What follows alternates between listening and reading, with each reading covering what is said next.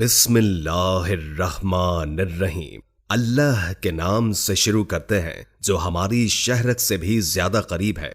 अस्सलाम वालेकुम। प्यारे इस्लाम के प्यारे प्यारे दोस्तों, हम आपको प्यारे इस्लाम में खुशामदीद कहते हैं। उम्मीद करते हैं कि आप सब ईमान और तकवे की बेहतरीन हालत में होंगे। आज हम आपकी खिदमत में एक अफसानवी सबक आमोज किस्सा लेकर हाजिर हुए हैं। किस्सा है एक बादशाह का और उसकी नागन बीवी का। बादशाह उस नागन के वार से कैसे बच पाया, जानने के लिए वीडियो को आखिर तक जरूर देखिएगा। वीडियो शुरू करने से कबल नए आने वाले दोस्तों से दरखास्त है कि इस वीडियो को लाइक कर दें और हमारे चैनल प्यारा इस्लाम को सब्सक्राइब कर दें। साथ ही बेल आइकॉन को भी प्रेस कर दें ताकि आपको हमारी नई आने वाली तमाम वीडियोस का पता चलता रहे। और दुरूद पाक से होने वाली महफिल का हिस्सा बनने के लिए नीचे कमेंट में अपना नाम तहरीर कर दें। एक दफा का जिक्र है कि किसी मुल्क में एक रहमदिल और इंसाफ पसंद बादशाह हुकूमत करता था। बादशाह का एक नौजवान बेटा भी था जिसका नाम इस्माइल था। बादशाह अपने बेटे से बहुत मोहब्बत करता था। इस्माइल की माँ उसकी पैदाइश के वक्त वफात पा गई थी। एक दिन बादशाह शिकार के लिए निकला। शिकार करना बादशाह का पसंदीदा मशगला था। वो जंगल में अपना घोड़ा दौड़ा रहा था जब उसे एक हिरन नजर आया। बादशाह ने हिरन के पीछे अपना घोड़ा दौड़ा दिया। सिपाहियों ने अपने घोड़े बादशाह के पीछे दौड़ाए, लेकिन बादशाह की रफ्तार बहुत तेज थी और बहुत ही जल्द सिपाहियों की आंखों से ओझल हो गया। बादशाह ने हिरन खो दिया। उसे अफसोस हुआ था, वरना आज एक अच्छा शिकार हाथ लग जाता। वो अपना घोड़ा वापस मोड़ ही रहा था कि जब उसे किसी औरत के रोने की आवाजें आई। पहले तो बादशाह ने सोचा कि कहीं कोई चुड़ैल वगैरह ही ना हो, लेकिन फिर सोचा कि कोई जरूरतमंद हो सकता है और वो इस सल्तनत का बादशाह है। सबकी खबरगिरी रखना उसका फर्ज है। वो उस जगह पहुंच गया जहां से रोने की आवाजें आ रही थी। उसने देखा कि कुएं पर एक बहुत ही खूबसूरत लड़की बैठी रो रही है। बादशाह ने पूछा कि तुम क्यों रो रही हो? मैं इस सल्तनत का बादशाह हूं, मुझे बताओ क्या मसला है। लड़की बोली, बादशाह सलामत, मेरे माँ बाप का इंतकाल हो गया है और मेरे चचा ने मुझे रखने से इनकार कर दिया है और मुझे यहां छोड़ दिया है। मेरे पास कोई भी नहीं है। बादशाह ने कहा कि तुम मेरे साथ चलो। वो लड़की खूबसूरत भी थी और बादशाह खुद भी रहमदिल था, तो वो उसे अपने महल ले गया और अगले दिन उससे शादी कर ली और उसे मलका बना दिया। इस्माइल को इस शादी से कोई एतराज न था। वो तो बस अपने बाप की खुशी में खुश था। उस लड़की से शादी करने के बाद कुछ ही दिन के बाद बादशाह बीमार रहने लगा। बहुत से तबीबों से इलाज करवाया, लेकिन कोई फर्क न पड़ा, बल्कि बादशाह की हालत मजीद बिगड़ गई। आंखों के नीचे गहरे हल्के पड़ गए।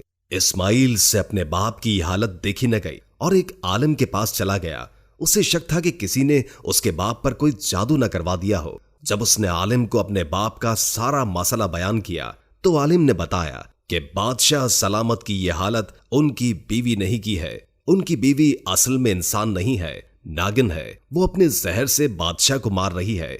ये सब सुनते ही इस्माइल की रीढ़ की हड्डी में सनसनी दौड़ गई। लेकिन वो मेरे बाबा को मारना क्यों चाहती है? इस्माइल ने पूछा। बादशाह सलामत ने उसके भाई को मारा है, अब वो बदला लेना चाहती है, इसलिए रोज थोड़ा थोड़ा जहर देकर बादशाह को मार रही है। अब उस नागिन को उसके असली रूप में ही मारा जा सकता है। अब मैं क्या करूं? अपने बाबा को कैसे बचाऊं और उस नागिन को उसकी असली हालत में कैसे लाऊं? तुम फिक्र मत करो। ये कहते ही आलिम ने एक खाली लिफाफे में पुड़िया इस्माइल को दी और कहा कि खाने से पहले इसको चुपके से मलका के मशरूब में मिला देना और उसके कमरे में जाकर सुराही से सारा पानी निकाल लेना और बाहर से दरवाजा बंद कर देना, ताकि रात में जब मलका को पानी की प्यास लगे तो वो बाहर न जा सके। इस्माइल ने वो पुड़िया पकड़ी और महल वापस चला गया। उसने चुपके से मलका के मशरूब में वो दवाई मिला दी। मलका ने वो मशरूब पी लिया। इस्माइल ने बादशाह के कमरे में जाकर सुराही में से सारा पानी निकाल दिया। खाने के बाद बादशाह और मलका अपने कमरे में गए तो इस्माइल ने बाहर से दरवाजा बंद कर दिया और खुद जाकर रोशनदान में अपना तीर कमान तैयार रखे बैठ गया। उसने देखा कि आधी रात को मलका प्यास की शिद्दत से उठी है। उसने सुराही से पानी निकालना चाहा तो वो खाली थे। फिर उसने दरवाजे का रुख किया, लेकिन दरवाजा बाहर से बंद था। प्यास की शिद्दत इस कदर थी कि बर्दाश्त नहीं हो रही थी। अचानक मलका जमीन पर बैठी और नागिन बन गई। इस्माइल ये सब देखकर दंग रह गया। अब वो नागिन कमरे में मौजूद एक नाली में से गुजरकर बाहर जा रही थी। इस्माइल जानता था कि वो नाली बाग को निकलती है और नागिन बाग में अपनी प्यास बुझाने जा रही है। इस्माइल बाग में पहुंचा तो देखा कि नागिन बाग में बने तालाब में से पानी पी रही है। आलिम ने कहा था कि तीर को नागिन के फन में मारना है, लेकिन वो अभी नागिन के फन को देख नहीं सका था। पानी पीने के बाद नागिन ने कमरे का रुख नहीं किया बल्कि जंगल की तरफ निकल गई। इस्माइल उसका पीछा करता रहा यहां तक कि वो जंगल के दरमियान पहुंच गया।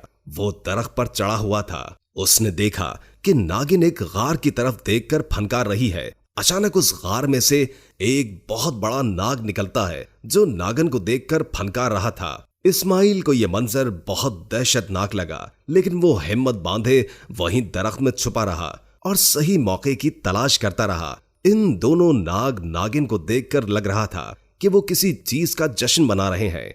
इस्माइल को लगा कि वो इसके बाप की मौत का पहले से ही जश्न मना रहे हैं। इस्माइल को बहुत गुस्सा आया। कुछ ही देर के बाद नाग वापस अपने गार में चला गया और नागिन अपनी मंजिल को रवाना हो गई। इस्माइल ने मौका देखकर तीर नागिन के फन में घुसा दिया। नागिन बहुत सख्ती से फनकारी। अब वो अपना रूप बदल रही थी, लेकिन अभी उसका आधा धड़ ही इंसान बना था कि वो दम तोड़ गई। नागिन की फनकार सुनकर नाग गार से बाहर निकला और नागिन की हालत देखकर बहुत ऊंचा फनकारा। इस्माइल ने बहादुरी का मुजाहरा किया और तीर का निशाना सीधा नाग की दाएं आंख पर बांधा और फिर उसे बाएं आंख से अंधा भी कर दिया। नाग अब दोनों आंखों से अंधा हो चुका था और दरख्तों में टकरे मार रहा था। इस्माइल ने तीर से पै दर पे वार किए और बिलाखिर नाग को मार ही दिया। इस्माइल एहतियात करता गार में गया कि शायद वहां और भी नाग होंगे, लेकिन वहां इंसानी हड्डियों के अलावा कुछ न मिला। इस्माइल को बहुत अफसोस हुआ जो लोग इन नाग नागिन के हत्थे चढ़े। फिर इस्माइल नागिन को उठाकर महल ले आया। नागिन की इस हालत को देखकर हर तरफ खौफो हिरास फैल गया। इस्माइल ने अपने बाप को सारी बात बताई। बादशाह दंग रह गया कि वो इतना अरसा एक नागिन के साथ रह रहा था। और फिर इस्माइल ने एक जड़ी बूटी से अपने बाप का इलाज किया। दोस्तों, वीडियो अच्छी लगी हो तो लाइक करके शेयर कर दें, क्योंकि अच्छी बात आगे पहुंचाना सदका होता है। इससे आपकी भी इस्लाह होगी और दूसरों की भी। और कोई अच्छा सा कमेंट कर दें, इससे हमारी भी हौसला अफजाई होती है। और अगर आपकी कोई खास ख्वाहिश है तो उससे भी हमें जरूर आगाह कीजिएगा। अल्लाह ताला हम सबको अपने हिफ्ज़ व अमान में रखे। जज़ाकल्लाह।